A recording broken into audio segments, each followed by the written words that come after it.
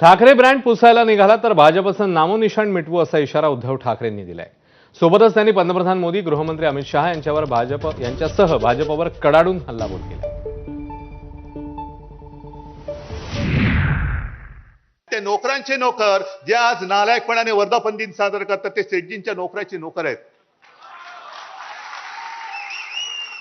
म्हणून किती प्रयत्न चाललेत, होणारच नाही। अरे तुला काय करायचं, तुला नाही होत, आमचं आम्ही बघू ना, आम्ही बघू आमचं काय करायचं ते। पण जर तुम्हाला कोणाला वाटत असेल की तुम्ही शिवसेना प्रमुखांचा ब्रँड पुसून टाकाल तर तुमचं नामो निशाण आम्ही महाराष्ट्राच्या धर्तीवरून पुसून टाकल्याशिवाय राहणार नाही। नामो निशाण पुसून टाकू आम्ही भाजपच्या या महाराष्ट्रातून।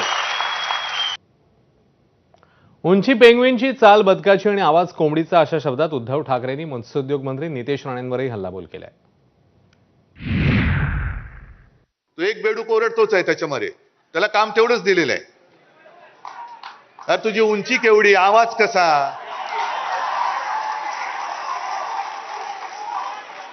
म्हणजे उंची पेंग्विनची, चाल बदकाची, आवाज कोंबडीचा।